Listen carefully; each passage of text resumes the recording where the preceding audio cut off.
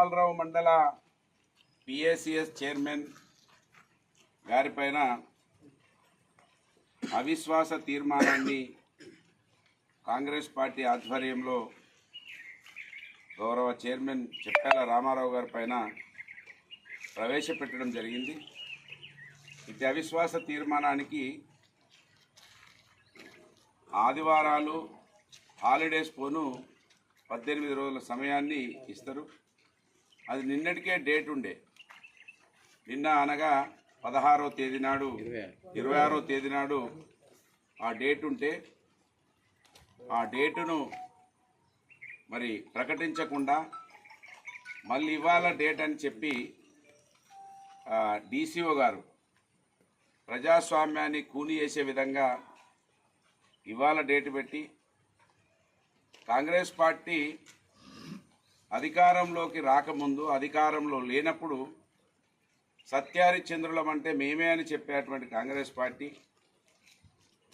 Party ఎప్పుడు కూడా ఈ భారతదేశాన్ని ఎన్నడూ కూడా ప్రజాస్వామ్య విలువలను కాపాడకుండా నాటి ఇందిరాగాంధీ ఏ విధంగానైతే ఎమర్జెన్సీని విధించి ప్రజాస్వామ్యాన్ని కూలి చేసిందో, ఇవాళ 10 సంవత్సరాల అధికారంలో లేనప్పుడు కాంగ్రెస్ పార్టీ ఈ నియోజకవర్గంలో ఉన్న నాయకుడు చాలా గొప్పగా మాట్లాడాడు. బీఆర్ఎస్ పార్టీ ధ్వంసం చేస్తున్నది, అధికార దుర్వినియోగం చేస్తున్నదని.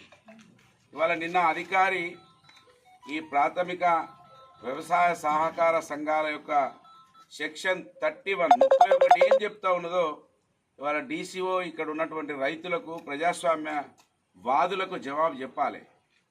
సెక్షన్ 31 ఆ రోజే కోరం వస్తే, కోరం లేకపోతే ఏమి చేయమని ఉన్నదో ఇప్పటి వరకు జవాబు చెప్పకుండా మరి డీసీఓ గారు ఇక్కడ కాంగ్రెస్ పార్టీకి తలొగ్గి కాంగ్రెస్ పార్టీ కండువ కప్పుకొని తిరిగినట్టుగా మనకు స్పష్టమవుతా ఉన్నది, కనబడతా ఉన్నది.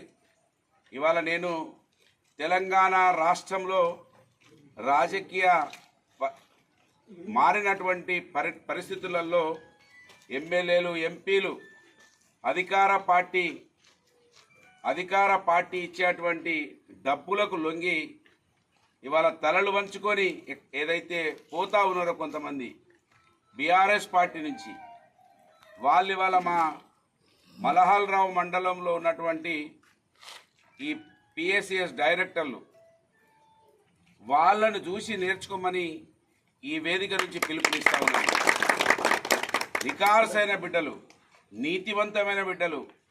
నీతివంతులంటే బాగా చదువుకున్న వాళ్ళు, లేకపోతే డబ్బున్న వాళ్ళు, పెద్ద కులంలో పుట్టిన వాళ్ళు కాదు అని నిరూపించినటువంటి మా 4 డైరెక్టర్లు వాళ్లకు ఎవరైతే చెప్పాల రామారావు గారికి మద్దతుగా అధికార పార్టీ అవిశ్వాస తీర్మానాన్ని పెట్టినప్పటికీ వాటికి వాళ్ళ యొక్క డబ్బులకు తలొగ్గకుండా, అధికార దహానికి తలొగ్గకుండా రామారావు గారికి మద్దతు ఇచ్చినటువంటి మాచెర్ల సురేష్ గారు, మల్క రాజేశ్వరరావు గారు, సుంకు రాము గారు, పొట్ల రాజమ్మ రాజయ్య గారు, వీళ్ళకి నియోజకవర్గ మా బీఆర్ఎస్ పార్టీ కార్యకర్తలు, నాయకుల పక్షాన వీళ్ళందరికీ పాదాలకు నమస్కారం చేస్తాను.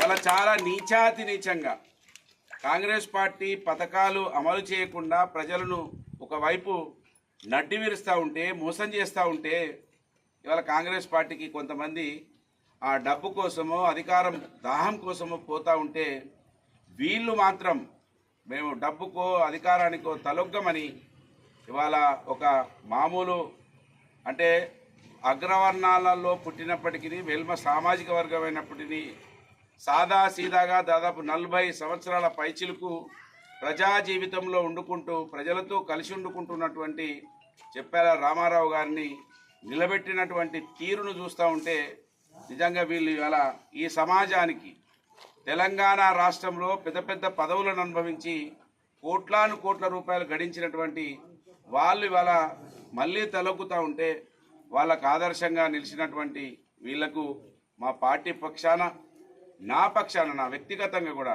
వాళ్ళకు పాదాలకు నమస్కారం చేస్తూ నిజంగా ఇవాళ కాంగ్రెస్ పార్టీ జవాబు చెప్పాలి. ఇప్పటికి కూడా ప్రజాస్వామ్యాన్ని కూని చేస్తూ ప్రజాస్వామ్యంలో గొప్పగా చెప్పారు. వాళ్ళ కాంగ్రెస్ పార్టీలో ఉన్న కార్యకర్తలు ఇవాళ తలదించుకోవాలి. 10 సంవత్సరాలు మాకు అధికారం లేదు, మా కార్యకర్తలు కష్టపడ్డరు, కడుపు కట్టుకొని నోరు కట్టుకొని మా కోసం పనిచేసారు, ఎవ్వరు వద్దు అన్నారు. ఇవాళ మళ్ళీ ఎందుకు తీసుకుంటున్నారో ఇవాళ జవాబు చెప్పాలి. పాపం కాంగ్రెస్ పార్టీలో ఉన్నటువంటి కార్యకర్తలు 10 సంవత్సరాలు వేచి చూసిర్రు, మాకు పదవులు వస్తాయి, అన్నం దొరుకుతుందని. మళ్ళీ వేరే పార్టీల వాళ్ళని తీసుకున్నాడు, ఈ పార్టీని మొత్తం ఖతం చేయాలని ప్రయత్నం చేసి అక్కడ 10 సంవత్సరాలు వేచి ఉన్నటువంటి కాంగ్రెస్ పార్టీ కార్యకర్తలు కడుపును కొడుతున్నటువంటి వాళ్ళ ఈ కాంగ్రెస్ పార్టీ విధానం ముఖ్యమంత్రి అనౌన్స్ చేసిండు ఎవరిని తీసుకోమని. ఆయన ఓ దిక్కు తీసుకుంటున్నాడు, కింద ఓ దిక్కు వీళ్ళంతా కూడా తీసుకుంటున్నారు. మరి వాళ్ళ కాంగ్రెస్ పార్టీ కార్యకర్తలు ఆలోచించుకోవాలి. మీ పార్టీ ఎన్నడూ కూడా ప్రజాస్వామ్యాన్ని కాపాడది, ప్రజల ఆకలిని తీర్చదంటానికి అనేక సాక్ష్యాలు ఉన్నాయి. మీరు గుడ్డిగా అమాయకంగా నమ్మితే గొర్రె కసాయిని నమ్మినట్టే అనేది ఇవాళ కూడా మంత్రి నియోజకవర్గంలో ఇక్కడున్నటువంటి నాయకత్వం కూడా అదే పద్ధతిలో ముందుకెళ్తా ఉన్నది. ఇవాళ మా పార్టీ లీడర్లను కార్యకర్తలను తీసుకొని ఏం సాధించాలనుకుంటున్నారు? 4 రోజులైతే ఆ పదవులు మీ కార్యకర్తలకు మీరే ప్రజల దగ్గరికి వెళ్ళి కష్టపడి ఇప్పించుకుంటే బాగుంటుంది. కానీ వాళ్ళు ఇక్కడి నుంచి కొంతమంది తీసుకొని మీ కార్యకర్తలు ఒకవైపు చంపుకుంటూ ప్రజాస్వామ్యాన్ని చంపుతున్నారు కదా. ఇవాళ దీనికి ఏం జవాబు చెప్తారు? నేను ఎందుకంటా ఉన్నానంటే మీరే గొప్పలు చెప్పారు, మా పార్టీలకు ఎవరొద్దు, 10 సంవత్సరాలు మా కార్యకర్తలు కష్టపడ్డారు, వీళ్ళే ఉంటారు, కొత్తోళ్ళు వద్దే వద్దన్నారు. నిన్న కిచ్చన్న గారి లక్ష్మారెడ్డి గారు కూడా సాక్షాత్తు ముఖ్యమంత్రి రేవంత్ రెడ్డి గారితోటే చెప్తున్నాడు, దొంగలను కాంగ్రెస్ పార్టీని ఇంత ఇబ్బంది పెట్టిన వాళ్ళను తీసుకుంటున్నారని. నిన్న మీ పార్టీ నాయకులే ముఖ్యమంత్రి సమక్షంలోనే మాట్లాడుతున్నారంటే తలదించుకోవాల్సిన అవసరం ఇప్పటికే వచ్చింది. ఇక ప్రజల ఇంకా రాబో రోజులలో ప్రజలు చీత్కరించుకొని ప్రజలు ఊర్లలో నుంచి తరిమి కొట్టే రోజులు అతి దగ్గరలోనే ఉన్నాయనే విషయాన్ని ఈ సందర్భంగా తెలియజేస్తూ ఇవాళ